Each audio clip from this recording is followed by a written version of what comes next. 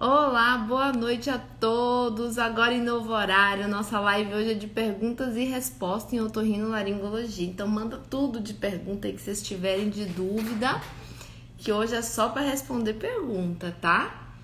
Vamos esperar o pessoal ir entrando. Então, gente, foram 10 lives, você vê? Passou rápido, né? 10 lives em otorrino, a gente discutindo temas do otorrino. E esse projeto de fazer essas 10 lives foi um projeto muito legal, porque a gente fez, assim, um monte de tema: nariz, ouvido, garganta, falamos de fala, de atraso de dificuldade escolar. Então, foi muito, muito legal. E o que acontece? A gente foi interagindo, foi surgindo um monte de dúvidas. A minha ideia agora é fazer mesmo uma live pra gente fechar isso aí. Então, tudo de dúvida que ficar, mandar aí, tá? Eu abri a caixinha hoje mais cedo, porque algumas pessoas já estavam me mandando pergunta no direct, né? No direct eu não consigo jogar aqui. Então, eu abri a caixinha, já recebi algumas perguntas, algumas eu transcrevi. Então, já vou começar, tá? Quem for entrando, compartilhar, manda pra todo mundo, né? Pergunta, se tiver, manda aqui na interrogação, tá? Que nessa interrogação eu consigo jogar na tela, tá bom? Então, quem tiver de dúvida, manda na interrogação pra eu jogar na tela. Já recebi algumas na caixinha. Já vou esquentando os tambores aqui, mas manda tudo, encaminha para Deus e o mundo, compartilha para todo mundo, vai chamando a galera e vamos discutir, tá?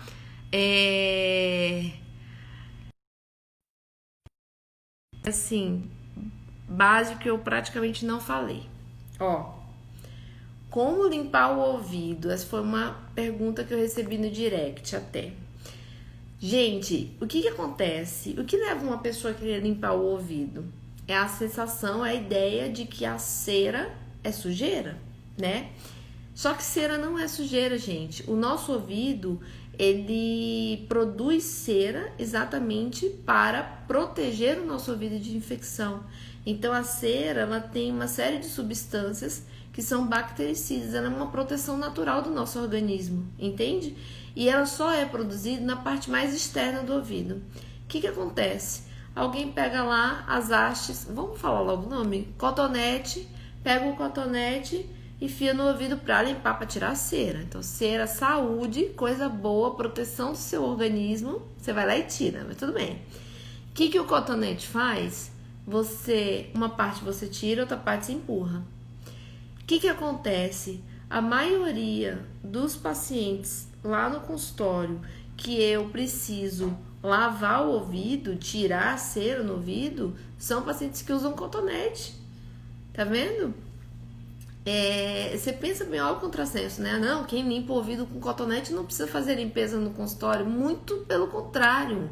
A maioria das pessoas que eu tiro cera no consultório usa cotonete. Exatamente por quê? Porque o cotonete ele vai impactando, ele tira uma parte, outra parte ele empurra. Quanto mais profundo no ouvido, essa cera não consegue sair, aí depois só retirando no consultório, tá? Então, a resposta para essa pergunta é: não se limpa o ouvido. A cera, ela é produzida só na parte externa do ouvido. O ouvido é autolimpante, vamos colocar assim, então ela tem esse processo de produção e reabsorção, então, e uma parte vai saindo mesmo, vai expulsando naturalmente, então não se deve limpar o ouvido. E aqui eu quero fazer um alerta, tá, gente? Que acontece?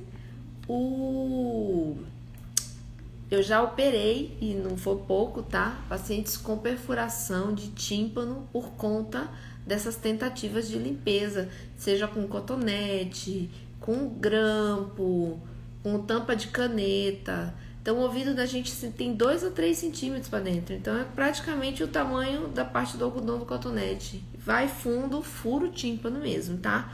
Então, fica esse alerta. Não se limpa o ouvido. Aí de bebê, e de bebezinho pequenininho, tá? Você vai pegar e vai limpar só essa parte externa, tá? Que também, né, deixar cera pra fora é feio, né? Então, o que acontece? Você limpa só aqui. Como que você pode limpar? Com o próprio dedo, bebezinho que é menorzinho, você pode pegar o próprio cotonete e limpar essa parte aqui. Nada de colocar o cotonete lá dentro. E se vocês forem ver na embalagem do cotonete, fala que não é adequado para uso dentro do ouvido. Então, sou eu que tô falando, tá? Mas, ó, brincadeiras à parte, não se limpa ouvido. Gente, quem for entrando depois, por favor, ó, compartilha, tá? Para Deus e o mundo. E perguntas, manda na interrogação aqui da tela. Não joga no comentário, porque eu não consigo jogar na tela, tá bom? Manda na interrogação que eu consigo jogar na tela, tá bom? Aqui eu ainda tô respondendo as da caixinha que o pessoal foi me mandando. Olha outra coisa aqui, ó. Uma dúvida frequente que eu também tenho que discutir com vocês. Lavar a cabeça à noite dá sinusite? É outra ideia que tem, assim, do gelado, né? Ah, que eu vou molhar o cabelo, e aí vai ficar com o cabelo molhado, a água, o gelado, enfim, dá resfriado, dá dor de garganta, ou então vai dar sinusite.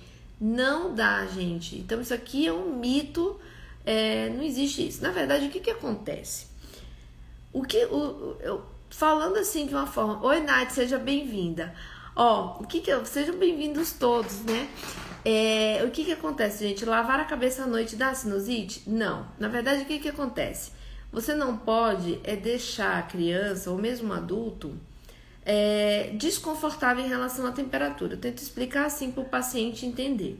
Então, por exemplo, você vai pegar no frio e pegar uma criança, molhar o cabelo, colocar ela para dormir com o cabelo molhado, né? Se aquela criança lá, se na verdade a temperatura não tá agradável e ela tá sentindo frio, o sistema imunológico da gente, ele não funciona tão bem quando ele não tá na temperatura adequada. Então, quando a gente passa muito frio, a gente pode ficar resfriado por uma questão realmente de baixar essa imunidade. Eu tô tentando falar isso de uma forma assim para todos entenderem. Eu sei que tem alunos meus aqui também, e tem muitas pacientes minhas, mães de pacientinhos meus, então eu tô tentando usar uma linguagem que todos consigam entender, tá bom? Então, o que acontece? Essa imunidade baixa, o seu sistema imunológico não consegue funcionar muito bem, você fica mais suscetível a ter as infecções, no caso, o resfriado e tal. Mas não que lavar a cabeça com água gelada vai dar sinusite, o resfriado, dor de garganta. Entenderam a diferença? Que você não pode deixar a criança ou adulto, enfim, passar frio, né? Ficar numa situação desconfortável em relação à temperatura. Mais ou menos isso, tá? Quem for entrando depois, compartilha com todo mundo, manda pergunta pra mim na interrogação aqui. Eu tô ainda respondendo as que eu recebi na caixinha, tá? Olha aqui, ó. Molhar o ouvido do bebê no banho dá dor de ouvido? Então, ó, molhar o ouvido do bebê no banho dá dor de ouvido? Não dá, tá? Então, assim, essa também é uma outra dúvida. Às vezes eu pego mãezinhas de bebezinhos pequenininhos, como é que eu faço para dar banho? Como é que eu protejo o ouvido do bebê no banho? Gente, não precisa proteger. Ponto. Não precisa proteger. Ah, mas vai entrar água da banheira, água às vezes com sabão. Não tem problema nenhum, tá? Não tem problema nenhum. Então, o que acontece? O nosso ouvido, ele é preparado para isso. Para tanto exposição ao ar, quanto exposição à água, e não tem problema nenhum. Quem que não pode ter exposição à água no ouvido? É quem tem perfuração de tímpano, quem está com infecção no ouvido, na parte mais externa do ouvido. Essas pessoas não podem deixar água entrar no ouvido. Mas uma pessoa que não trata de nada, o bebezinho nasceu, tá? Não tem nada no ouvido, tá tudo bonitinho. Ele pode tomar banho normal. Se você quiser mergulhar a criança, não tem problema nenhum. Nem morrer afogado ele morre, tá? Você pode dar umas mergulhadas assim que não dá nada. Então, assim... e fica aquela preocupação, não, eu levanto na banheira porque não pode entrar água no ouvido. Não se preocupem com isso. Não tem problema entrar água no ouvido. Então, o bebezinho, você vai dar banho no banheiro, não precisa de nenhum tipo de proteção. Ah, meu filho é mais velho e tal. Eu tenho medo na hora do banho. Não precisa ter medo. Ah, meu filho está com tímpano perfurado, sei lá, teve uma infecção de ouvido, perfurou o tímpano. Aí mudou a história, tá? Quem tem tímpano perfurado, seja por uma infecção de ouvido, por qualquer outro motivo, por cotonete, que a gente falou já, né? Essa pessoa não pode deixar a água entrar no ouvido. Até quando? Até o buraco do tímpano fechar. A perfuração fechar e o tímpano ficar íntegro. Então, até lá, não pode. Entenderam a diferença? Então, não precisa, não requer. Mas eu sempre fico com infecção de ouvido quando eu vou pra piscina. Gente, não é que é a água da piscina que é suja ou que você tem que usar protetor. Quando você... um dos fatores de risco para ter infecção de ouvido externo é a água, tal, mas não é que a água em si vai causar isso. Então, assim, às vezes você já manipulou o ouvido, já tem uma lesãozinha dentro do ouvido, porque você está usando um cotonete, você toma banho de piscina, de rio e tal, abre um quadro de infecção. Mas não é que a água causa, ou é a água da piscina que está suja. Eu recebo muita dúvida disso. É a água da piscina que estava suja, daí ficou... Não é, tá bom? Tira essa ideia da cabeça. Não precisa ter esse tipo de preocupação, tá bom? Vão mandando perguntas pra mim, tá? Eu tô respondendo aqui que eu recebi da caixinha pra gente ir. Ó, aqui, ó. Eu falei disso, ó. Tem alguma dica para o gelado e o sorvete não dar dor de garganta? A gente tinha conversado disso. O ato de tomar gelado, água gelada, sorvete, picolé, isso não vai causar a dor de garganta, tá? Não tem uma relação direta. Algumas pessoas têm uma sensibilidade maior com gelado? Tem, a gente percebe isso. Na literatura não existe uma comprovação direta de que é o gelado que causa dor de garganta, tá? Agora, por exemplo, no calor. Gente, esse calor do jeito que tá... Você não vai deixar a criança, sei lá, chupar um picolé, tomar um sorvete, mas não tem lógica, entendeu? Não tem comprovação na literatura que mostre que tomar sorvete, beber água gelada vai causar dor de garganta ou resfriado, não vai, tá? Então, isso aqui, mas isso acontece sempre com meu filho. A gente tem que analisar outras coisas. Será que não tem algum outro fator desencadeante? Porque a gente sempre tenta, por exemplo, agora, o tempo tá, aqui em Campo Grande, o tempo tá super seco, uma poeirada danada, tá todo mundo com a via aérea um pouco irritada, aí toma um sorvete porque tá um calor absurdo e associa que ficou com dor de garganta por conta do sorvete, quando na verdade ficou com dor de garganta, sei lá, por N motivos, um deles porque o tempo tá muito seco, tá muita poeira e muito calor, a gente termina usando o ar-condicionado, resseca ainda mais, né? Então, não tem comprovação, tá bom? Esse aqui é um grande mito, viu? Dentro da otorrino, tem muitas mamães que acreditam nisso, mas ó, relaxa que não é, tá? Aqui, ó, uma pergunta de tímpano, ó. Minha filha perfurou o tímpano, está aguardando crescer para fazer a cirurgia. Como? Não deu pra... Então, ó, minha filha perfurou o tímpano, está aguardando crescer para fazer a cirurgia. Não colocou aqui a idade da filha, mas o que acontece? Quando o tímpano perfura, a gente espera em média 2 a 3 meses para ver se o tímpano vai fechar sozinho. Algumas vezes e muitas das vezes, principalmente quando é depois que usa cotonete ou depois de uma infecção aguda de ouvido, o tímpano volta, ele fecha sozinho, entendeu? A perfuração, ela se resolve sozinha, sem precisar nada. A gente geralmente espera 2 a 3 meses para o próprio organismo cicatrizar essa perfuração. Só que daí, o que acontece? Algumas pessoas não cicatrizam. Por quê? A gente não sabe explicar exatamente por quê. Ou porque aquele ouvido já não funciona muito bem, ou por uma questão da cicatrização mesmo da pessoa. E daí o que acontece? A gente precisa corrigir essa perfuração timpânica com cirurgia. A gente leva a criança para o centro cirúrgico, ou o adulto leva para o centro cirúrgico para fazer a cirurgia de correção. Como que é essa cirurgia? Porque eu imagino que é a dúvida que a mãezinha mandou para mim. como é que é feita essa cirurgia.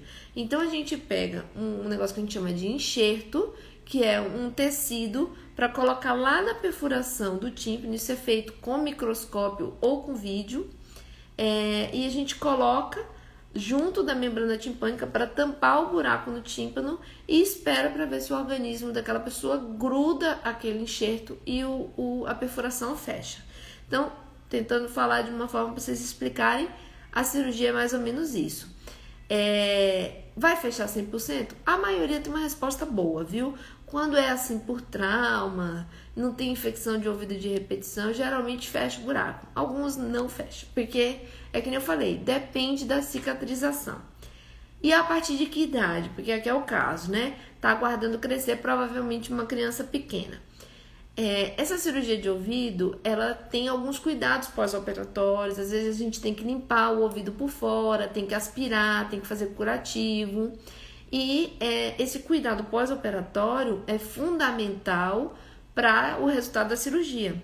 Se você faz essa cirurgia numa criança muito pequena e ela não colabora para fazer isso, pode comprometer o resultado da cirurgia, entendeu?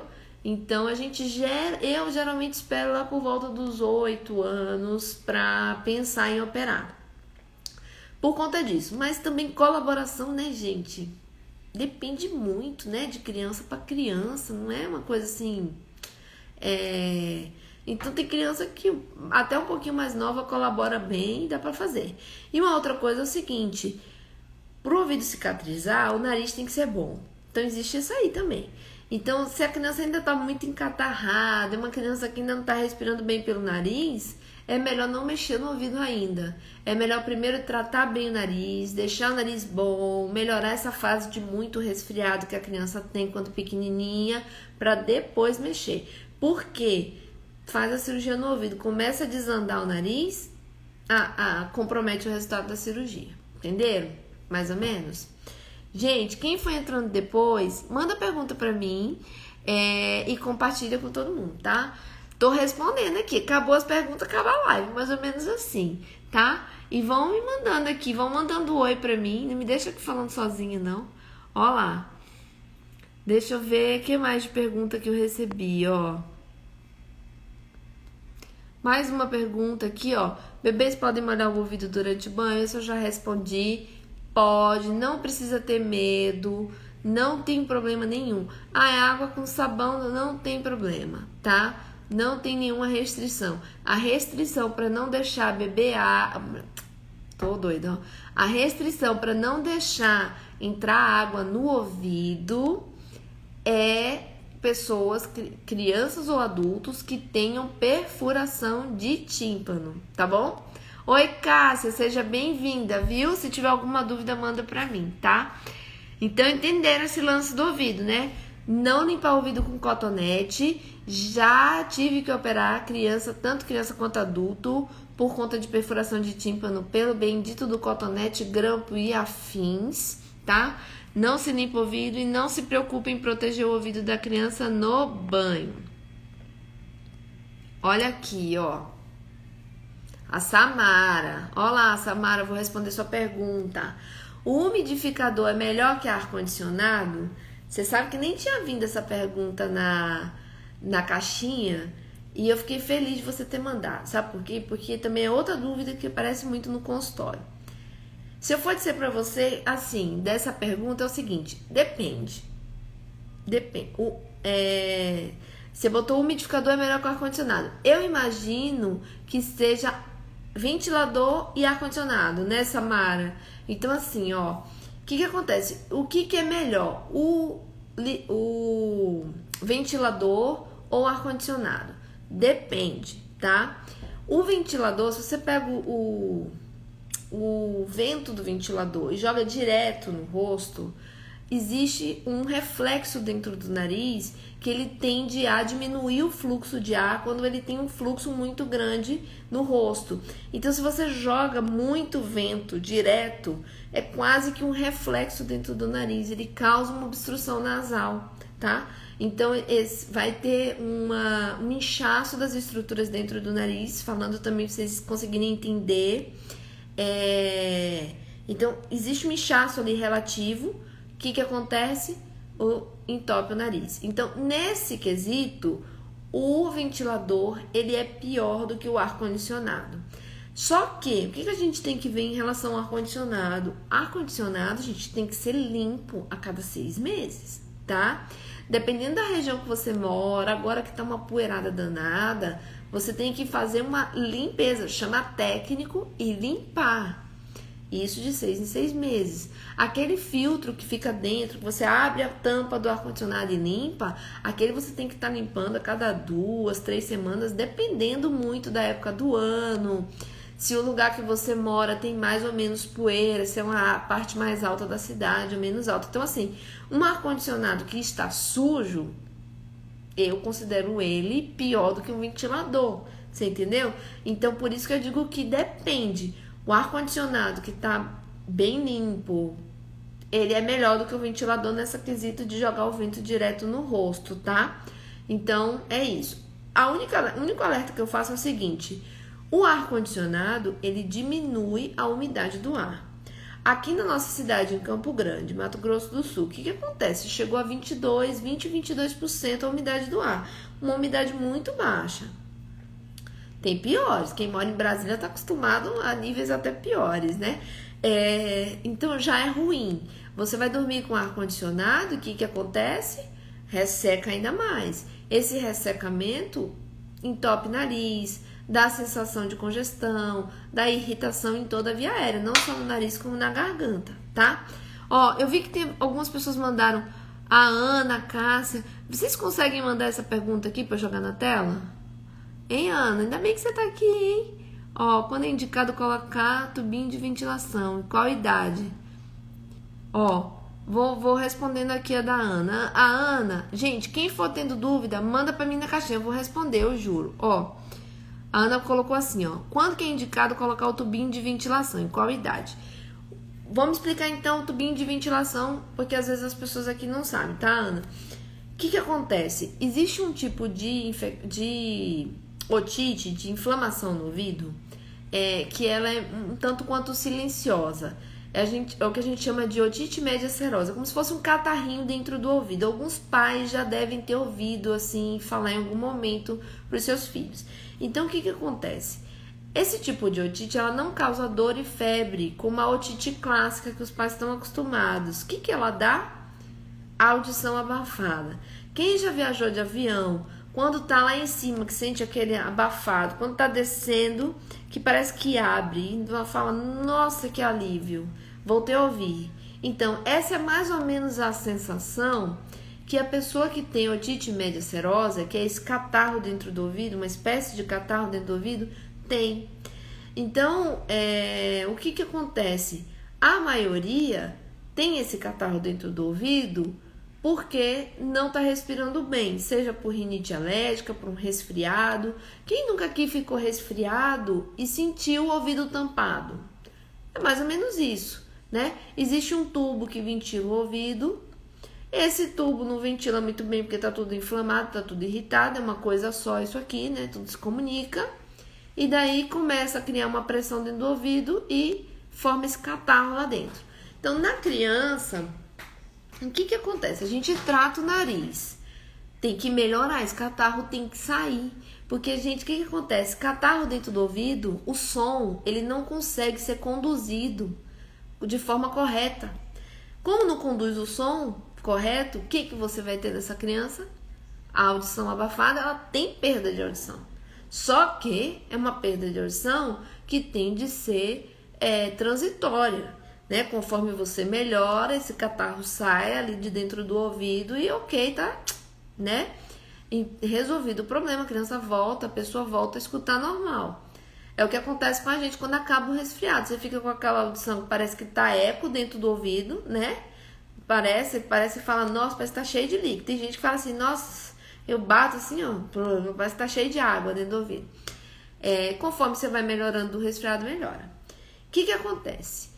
Se você trata e esse catarro não sai daí, a gente trata cirurgicamente, leva para o centro cirúrgico e coloca um tubo de silicone pequenininho, a gente coloca isso com microscópio ou com vídeo, Dentro do tímpano, a gente fura o tímpano e coloca esse tubinho.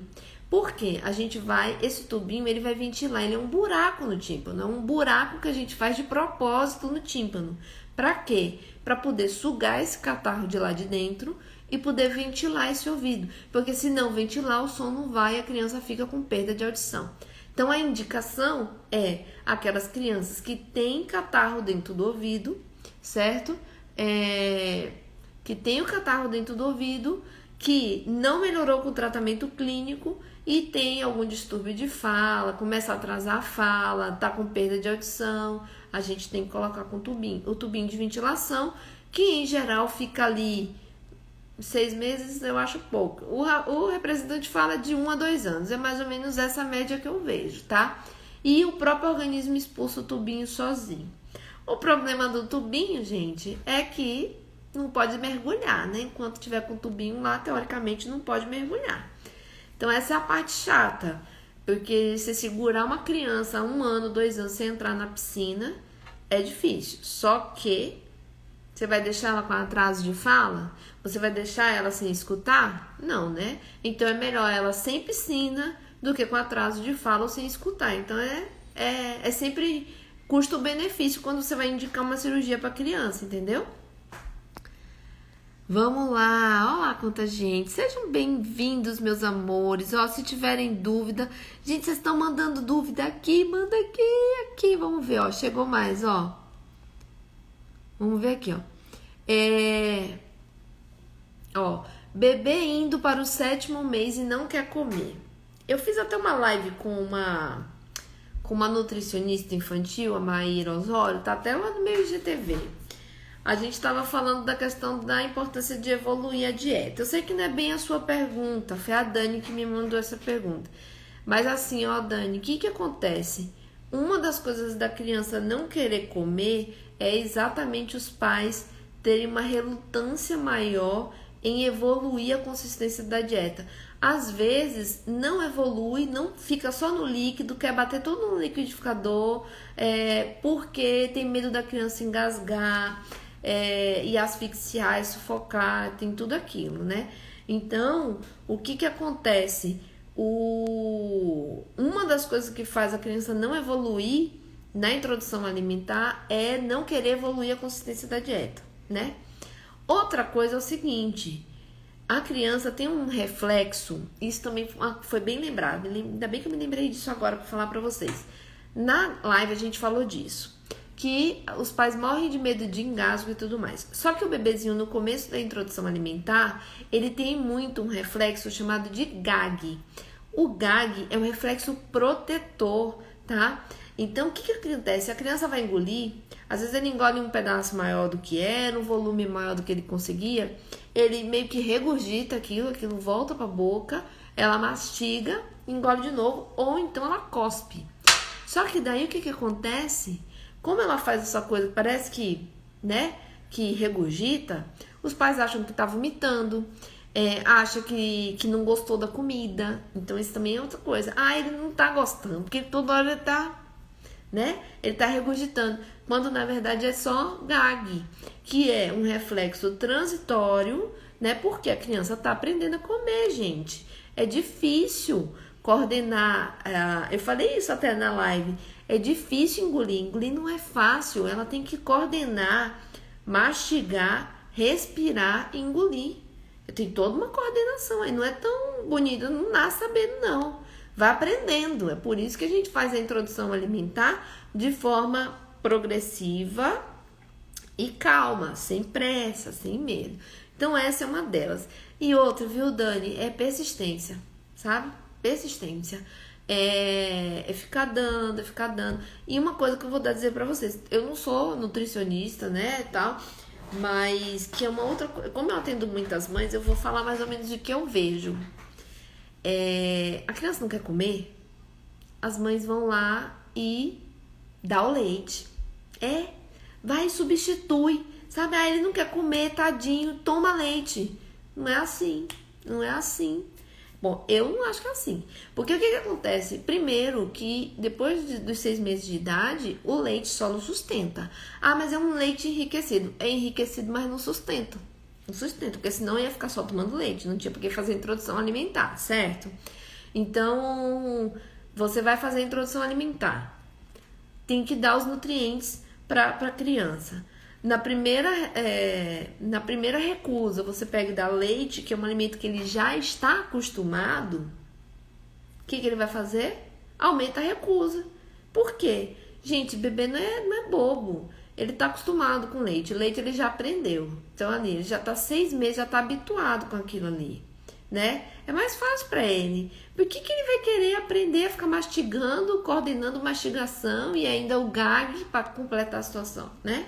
Então, tem todo um esforço, né, na criança em aprender a mastigar e engolir. Então, uma dica que eu dou é: não quer comer? Não substitui pelo leite. Não substitui.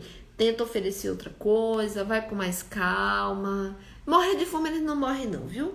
Não morrem não. Eles choram, eles gritam, enfim. Só que assim, não substituam. Eu fiz uma live, uma das primeiras lives que eu fiz também com a Maíra, que é a Maíra Osório, que é nutricionista infantil, tá lá no meu IGTV, falando da relação entre doenças respiratórias e o consumo de leite, certo? E eu não tô falando de crianças com APLV, com alergia da proteína do leite de vaca, não, porque essas não podem tomar leite, ponto. Leite de vaca, né, gente? Tem outros leites. Não pode tomar leite de vaca.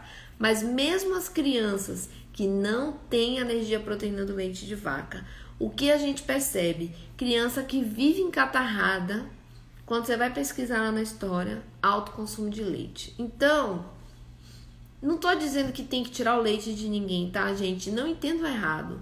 Mas, gente, né, a Maíra falou, 2 a 3 porções de leite para uma criança depois que já tá com a introdução alimentar firmada. Então, se ela que é nutricionista falou, eu vou dizer o contrário, né? Então, é o que eu falo. Paciência, introdução alimentar é tempo, é paciência, eu sei. É difícil, não é fácil não. Tamo junto, viu? Tamo junto. Ó aqui, ó. Mais uma da Samara. Samara, meu amor, você tá cheia de dúvida? Que bom, mande pra mim mesmo, viu? O catarro no ouvido pode ser repetitivo? Pode.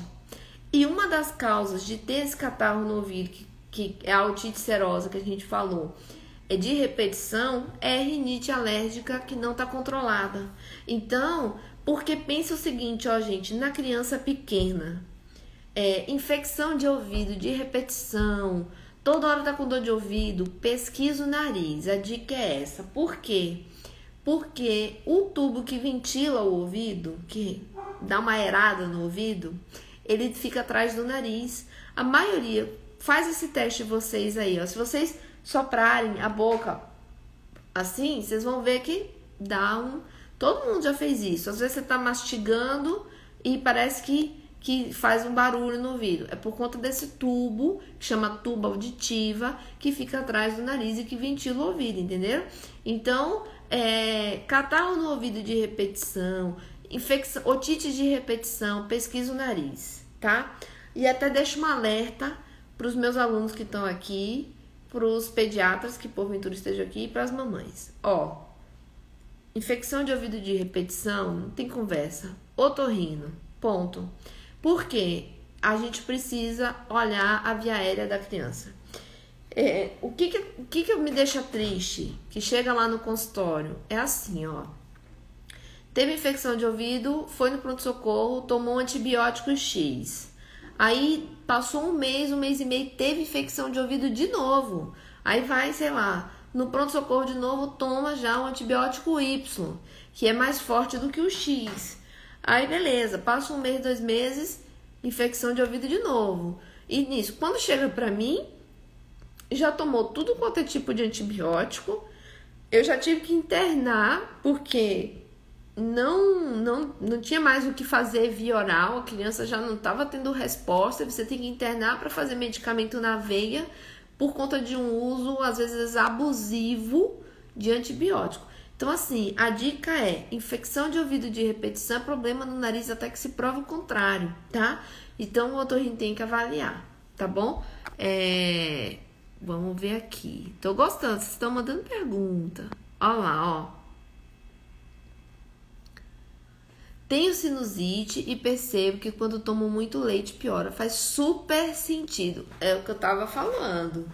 Ainda bem, Dani, que você mandou essa pergunta. Porque às vezes eu falo, fica parecendo que sou eu que tô falando, né? Não tem menor lógica. Não, aqui, ó lá. Isso aqui que ela falou é o que eu vejo no consultório, certo? Pessoas, e eu não tô falando de pessoas alérgicas a leite, nem pessoas com intolerância à lactose, que é outra coisa totalmente diferente, tá, gente? Existe a alergia alimentar. Vamos já começar do básico. Existe alergia alimentar. Alergia alimentar é quando você toma uma coisa, vamos supor o leite. Você toma o leite e aquilo te pipoca inteiro. Pronto, você fica, dá diarreia, sangue no cocô, pipoca a pele toda, às vezes incha o rosto, enfim, isso é uma reação alérgica. Geralmente acontece logo depois que você come. Você pode ter com leite, com camarão, tem gente que tem com frutos do mar, ai, gente, ovo também dá muito. Então, isso é a alergia. Você vai fazer o teste alérgico, dá lá positivo. Tem alergia à proteína do leite de vaca. Ponto. Você tem intolerância à lactose. Intolerância à lactose, você vai fazer o exame de sangue lá para ver alergia, vai dar negativo. Você não é alérgico. Você tem uma dificuldade intestinal de metabolizar a lactose. Aí, o que a pessoa com intolerância à lactose tem? É aquela pessoa que fica com gases de repetição, come muito leite e derivados, tem diarreia, você entendeu? Então, é mais ou menos isso. E existe a incompatibilidade alimentar. A incompatibilidade alimentar, a gente não sabe exatamente o que é.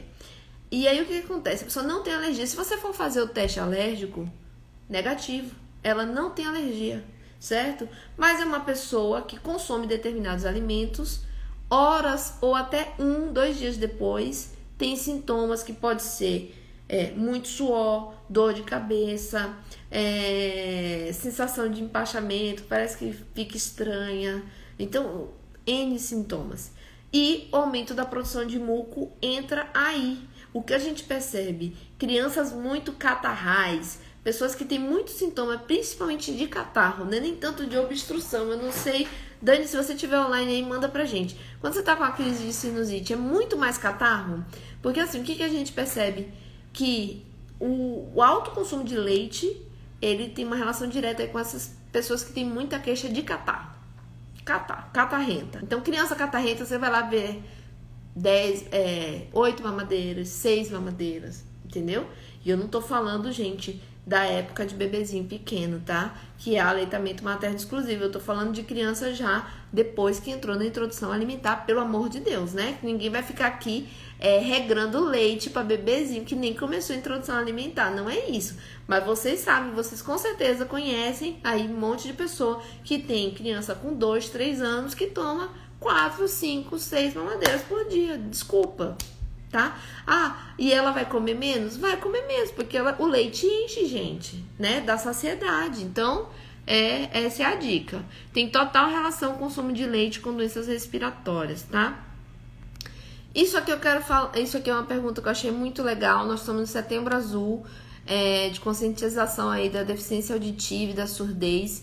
Então, é importante falar. Quem nasce surdo pode falar? Pode, tá? E aqui eu tenho que fazer um alerta. Olha só, existe... quando a gente fala em perda de audição, é um tipo de surdez. Mas, de uma forma geral, alguns dividem assim. Deficiente auditivo para quem ainda escuta e surdo para quem é surdo completamente. Não é exatamente isso que acontece, tá, gente? Surdez é qualquer perda de audição, tá bom? Mas é isso. Então, eu imagino que quem mandou a pergunta se referiu a surdo completamente surdo, surdez profunda. Uma pessoa que tem surdez profunda pode falar? Pode. Naturalmente, se essa perda, ele nasceu surdo, certo? Ele só vai desenvolver fala se ele fizer fonoterapia para isso. Se ele for reabilitado. Reabilitado como? Dependendo do grau da perda, aparelhos auditivos. Dependendo, implante coclear. Nossa, tem um bichinho aqui. Implante coclear, certo?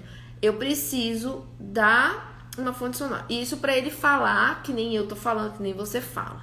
Existem outras formas de vocalização e isso a fono consegue fazer. Mesmo para aqueles que optam por, ou optam ou não tem opção de não ouvir, tá? Não ouvir o que a gente ouve, ou não vai usar o aparelho, opta por não fazer implante coclear, ainda assim eles conseguem. Mas naturalmente? Não, naturalmente não. Eles vão conseguir se fizerem um trabalho fonoterápico extensivo. Também é assim, viu? Não é uma coisa de vou fazer 10 sessões de fonoterapia e acabou. Quem dera, não é assim. É um trabalho longo, demorado, e as fonos que mexem com isso sabem. Eu sei que tem um monte de fono aqui, ó, que me acompanha, o tanto que é difícil. É uma coisa que a família tem que estar muito motivada, o paciente tem que estar muito motivado para você colocar uma pessoa com surdez profunda, pré-lingual, que a gente chama, que é aquele que perdeu a audição antes de adquirir fala, para colocar ele oralizado, tá? Então, tem isso. Esse é um tema que, assim, você sempre tem que tomar muito cuidado, porque existem muitos termos que a comunidade dos surdos não gosta muito, que a população, de uma forma geral, ainda usa. Então, assim, de fato é isso. O que eu pego muito no consultório? Gente que teve teste da urininha alterado. Daqui a pouco o Instagram vai botar a gente pra fora. Teste da urininha alterado. E a maioria, perda moderada, a gente consegue pôr aparelho auditivo. Eu até peguei um paciente esses dias, colocou aparelho auditivo bilateral com 7 meses de idade. Então a gente fez o diagnóstico. O ideal, quando nasce com surdez, é fazer o diagnóstico ali por volta dos 3 meses e reabilitar até os 6. Esse é o padrão, né? Nesse, graças a Deus, a gente conseguiu fazer o diagnóstico e reabilitar dentro do ideal, que nem sempre é possível, mas no ideal. E é engraçado que, assim, esse paciente voltou no meu consultório até tem poucos dias, e a mãe falou assim, já notei uma super diferença, tem 1 mês que a criança tá usando aparelho auditivo bilateral, bebezinho com 9 meses agora. Então, assim, percebe diferença como? Percebe diferença na comunicação, no gestual, em toda a linguagem corporal da criança. Ela interage muito mais. Então, assim, percebe, tá? É isso. Deixa eu ver se nem podia responder mais algum aqui, ó. Ar-condicionado com umidificador é melhor que só ar-condicionado? Então, é melhor, né? O ar-condicionado, ele resseca ainda mais o ar. Única ressalva que eu faço, tem gente que tora o ar-condicionado, o umidificador no máximo. Gente, não. Ar-condicionado com umidificador é melhor que ar-condicionado puro? É, porque o ar-condicionado resseca com ar. Só que o umidificador, ele tem que estar no mínimo possível. É só o suficiente para melhorar, para restabelecer a umidade do quarto. Então, aquela coisa de colocar o umidificador no máximo, acordar com o quarto molhado, isso é ruim. Por quê? Porque você pode causar infiltração, mofo, tá? E isso, mofo e filtração, são ótimos aeroalérgenos. Então, a criança começa a ter problema nasal por conta disso, tá? Infiltração na parede, umidade, enfim. Então, só cuidado com o umidificador, o mínimo possível, tá? É só mesmo para melhorar. Ah, eu não tenho condições de comprar um umidificador. Bacia com água, funciona, tá bom? Funciona.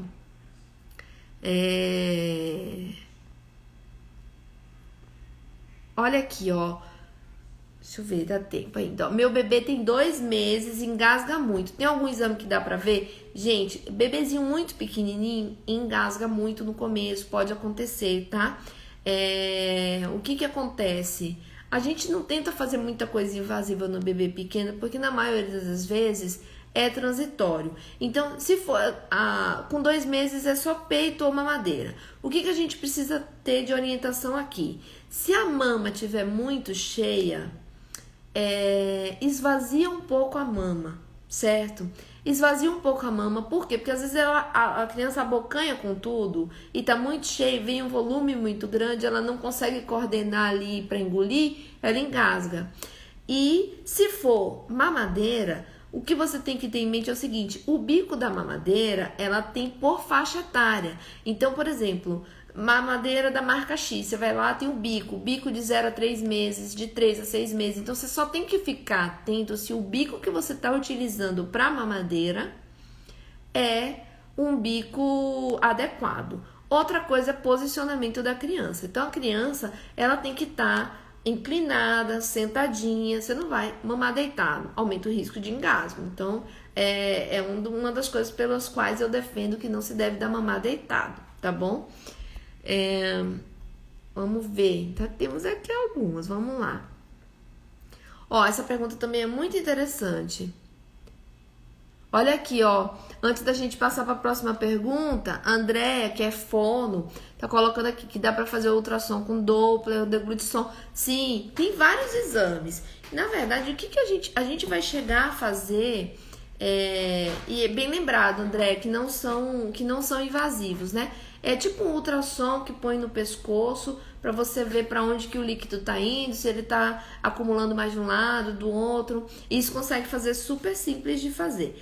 Eu, particularmente, peço essa avaliação quando começa a repercutir na alimentação do bebê, porque a maioria das vezes é uma coisa transitória e é uma coisa de ajustar bico, ajustar mama, ajustar a posição da criança. Então, a primeira coisa que eu faço realmente é ajustar, ajustar, ver se a criança... Às vezes a mãe dá a criança com a cabeça toda torta, assim, aumenta o risco de engasgo. Então tem que estar com a cabeça bem posicionada, a criança bem posicionada. Mas bem lembrado, viu, Andréia? Nós temos esses exames não invasivos que ajudam aqueles casos que a gente não consegue... Ah, tá engasgando. Não, doutora, já fiz tudo isso, continua engasgando. Então, esses aí são, e em alguns casos a gente precisa fazer um exame que é mais invasivo, que é o exame de nasofibroscopia, que é para passar a câmera e ver. Para mim, é exceção. Eu só faço realmente quando eu tô com muita dúvida diagnóstica, a coisa não tá evoluindo, porque eu sempre evito qualquer coisa invasiva, tá? Mas bem lembrado, viu, André? Obrigada por ter me lembrado de falar isso aqui. Que existe sim. E aqui, ó, essa que foi a pergunta que eu achei interessante, que pra gente, daqui a pouco o Instagram vai botar pra fora. Minha filha ronca, o otorrino tratou a rinite, mas volta a roncar sem remédio. Então, vamos lá. Falar de ronco, que é super importante. Olha só, principais causas, falando de uma forma grosseira aqui, tá? As 3 principais causas de ronco na criança, tá, gente? Não é adulto. Na criança, rinite alérgica, aumento da adenoide, que é aquela carne esponjosa atrás do nariz e da amígdala, e obesidade, né? Aumento de peso, certo? Essas são as 3 principais. O que acontece? No caso dessa paciente mandou pra mim, que a filha tinha rinite, tratou e melhorou do ronco. Então, essa é uma coisa que eu falo. Ah, toda criança que tem amígdala e adenoide grande precisa operar? Não. Se ela tem amígdala e adenoide grande e tem rinite, você tratou a rinite, ela melhorou, tá respirando super bem, parou de roncar, deixa a adenoide lá. Deixa a amígdala lá, não tem problema nenhum. Você entendeu? Agora, no caso dela, tem a rinite, tratou a rinite. Quando trata a rinite, para de roncar, fica uma bênção, dorme super bem. Parou o tratamento da rinite, volta tudo. 2 ressalvas que eu faço. Das 2, uma. Ou tem alguma coisa em casa que tá mantendo essas crises de rinite, e é por isso que a gente fala muito do controle ambiental, tirar o ursinho de pelúcia, tirar tapete, carpete, afastar os animais do quarto. Tem criança que dorme com o animal na cama, não pode, tem rinite alérgica e dorme com o cachorro na cama, desculpa, tira o cachorro, entendeu? Não pode, não dá, vai brigar e vai perder, entendeu? Vai fazer cartão fidelidade na farmácia, porque não vai ter jeito. Então, assim, o que acontece? Aí fala assim, mas eu já fiz teste alérgico para pelo de gato e de cachorro e minha filha não tem. Mas tudo bem, não tem alergia ao pelo de gato, mas o cachorro e o gato não toma banho toda hora e você não passa aspirador de pó nele. Ele tá ali acumulando pelo, poeira, ácaro, fungo, tudo tá lá, certo? Então, tanto que eu particularmente nem peço teste alérgico para pelo de gato e cachorro, porque pra mim não vai fazer diferença nenhuma, né? Então, primeira coisa é ver se não tem alguma coisa em casa. Tira tudo, afasta tudo, coberta felpuda, tira tudo. Tirou, continua assim, aí a gente entra num quadro de um pequeno percentual de pessoas que não tem resposta com tratamento clínico ou a resposta é muito ruim da rinite alérgica, que são aquelas que até respondem, mas quando tira o remédio não consegue ficar sem. Nesses casos é a indicação de fazer imunoterapia, que são as vacinas, né? O alergista, ele faz aquelas vacinas, é um tratamento mais longo, mais demorado e caro, mais caro, né? Mas é um tratamento que é indicado principalmente para os quadros de rinite de difícil controle. Então, às vezes, esse é o caso, tá bom? Mas cada caso é o caso, tem que olhar. Será que ela não tá com adenoide amígdala grande? De repente é hora de avaliar se não é a cirurgia? Então, esse é o tipo de avaliação que a gente tem que fazer, tá? Ó, recebi mais uma pergunta. Deixa eu ver.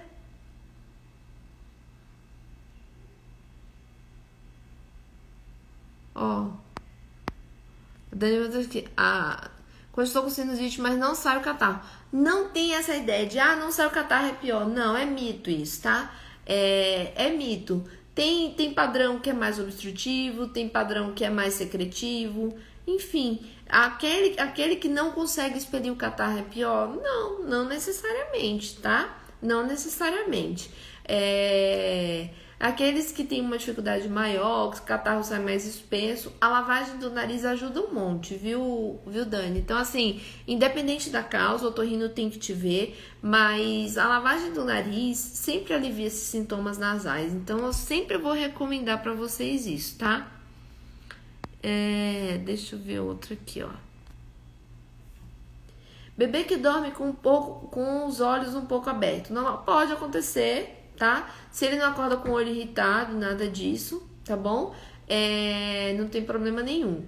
A mesma coisa é boca, tá, gente? Às vezes chega a criança, assim, a mãe fala assim, olha, ele não tem sintoma nasal nenhum, ele não ronca, mas às vezes eu pego no meio da noite, ele tá com a boquinha meio aberta pra dormir. Pode acontecer, tá?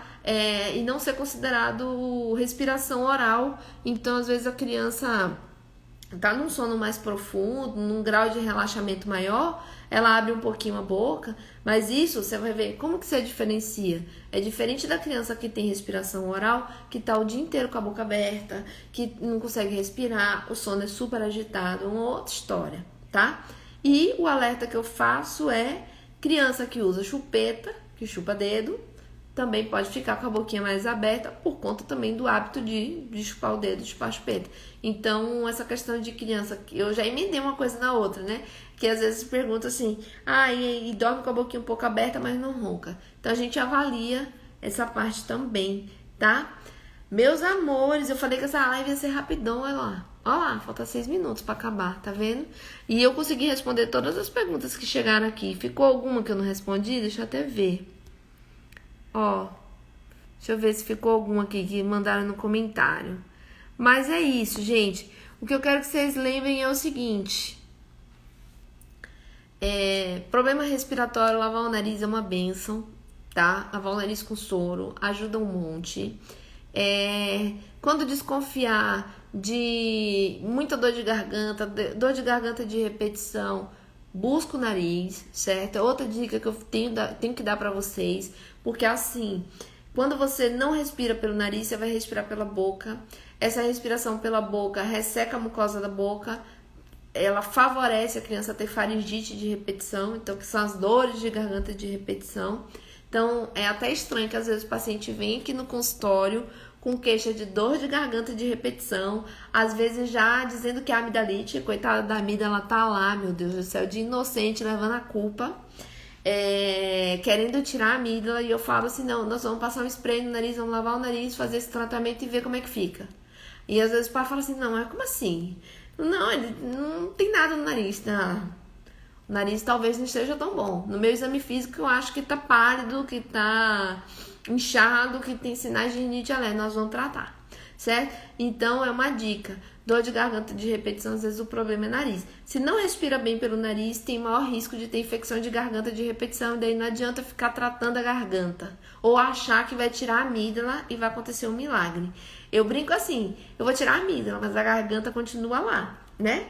Então, se o problema não é a amidalite, é dor de garganta e a amígdala não tá envolvida no problema, eu vou tirar a amígdala pra quê? Seres humanos, me fala, né? Então, é isso. Gente, quero dar um recado pra vocês. Olha só, eu vou continuar fazendo vídeos, dando dica pra vocês. Nós vamos ter 3 programas agora no meu Instagram. Que é um quadro só de atraso de fala, porque eu vi que foi disparado que vocês mais tiveram dúvida, que mais eu recebi gente me perguntando, que mais teve participação. Então vai ter um quadro só de meu filho não fala. Então se vocês tiverem dúvida de fala, alguma coisa, mas eu vou sempre estar dando dica para estimular a fala de criança. Vai ter um que é o hashtag dica da doutora Neisa, que daí eu vou falar de otorrino em geral, tanto adulto quanto criança, porque muita gente acha que eu nem atendo adulto e eu atendo adulto também. Apesar de atender mais criança, né? E eu vou ter o Me Ajuda Doutora. O Me Ajuda Doutora, gente, o que é? Eu vou fazer vídeos para responder dúvidas das minhas seguidoras. Então, conforme vocês forem tendo dúvidas, me manda no direct, tá? Me manda no direct, porque eu vou selecionando algumas para responder. Às vezes a sua dúvida é igual a de outra seguidora e tal. É uma dúvida de dor de garganta de repetição. Doutora, eu tenho dor de garganta toda hora. Não. Eu vou gravar um vídeo para responder a sua pergunta, tá bom? Então, Me Ajuda Doutora vai ser isso. Eu vou selecionar a pergunta de cada seguidor que eu receber no meu direct. Então, vai me mandando no direct, mesmo que eu não tenha. Gente, eu esqueço. Caixinha de pergunta para mim é um problema, porque eu não consigo responder. Eu esqueço a caixinha lá aberta e quando eu vejo, expirou a caixinha, não respondi. Então, eu prefiro que vocês me mandem as dúvidas no direct, eu vou selecionar, eu vou gravar vídeo. Se eu não colocar no Me Ajuda Doutora, eu vou colocar no Stories, mas manda pra mim no direct, tá? E na minha última enquete, vocês falaram que tem um monte de mulher multitarefa aqui, que tá aí doida querendo organizar a rotina. Eu já chamei a Iana, ela é administradora, ela faz programação neurolinguística, é mentora, faz essa parte de coach, de mentoria. Então já chamei a Iana já topou. Nós vamos fazer uma live semana que vem, quinta-feira que vem, 9h30 da noite, horário de Brasília, 8h30 de Campo Grande, para falar sobre mulheres multitarefa, como otimizar a rotina, tá? Então vai ser um bate-papo, não tem nada a ver com otorrino, mas tem tudo a ver com você que é mãe, que nem eu, mãe, mulher, esposa, dona de casa, diabo a quatro, né? Nós somos multitarefa mesmo, 1001 funções. Então vai ser um bate-papo muito legal. Eu já fiz coach, eu falei até isso no Stories. Então, com o coach, com o curso de programação neurolinguística que eu fiz por interesse próprio, tá, gente? Eu não trabalho com isso. Como eu fiz isso, me ajudou um monte, assim, na minha vida, como organizar minha rotina. Então, eu tive essa ideia e eu acho que vai ser legal essa live, assim, porque eu converso com mães toda semana, extremamente angustiadas, assim, pra querer dar conta de tudo e a gente não consegue dar conta e aquilo vai virando uma bola de neve. Meu Deus do céu, é desesperador. Mas a minha vida melhorou muito com a programação neurolinguística, com algumas técnicas de programação neurolinguísticas que eu utilizo para poder dar conta. E olha que eu não sou a pessoa mais organizada do mundo, não, tá? Não vou bancar aqui a organização da galáxia, porque eu não sou. Mas aos troncos e barrancos eu tô aí, né? E vai ser muito legal, quinta-feira que vem, 8h30 da noite, horário de Campo Grande, 9h30 de Brasília, tá? E não esqueçam, qualquer dúvida, me mandem no direct que eu vou fazer o Me Ajuda Doutora só para responder vocês. Vai ser muito legal, tá? Um beijo a todos, obrigada pela participação. E olha só. Ai, deixa eu ver se dá tempo de responder essa rapidão. Da Jéssica. Jéssica, laringomalácia. Bebê em mudança de tempo tem piora? Tem. Eu vou gravar um vídeo de laringomalácia, te prometo, Jéssica, tá bom? E aí eu coloco no Me Ajuda Doutora. Ó, primeiro Me Ajuda Doutora, eu vou falar de laringomalácia. Pode anotar, tá bom? Um beijo a todos. Tchau.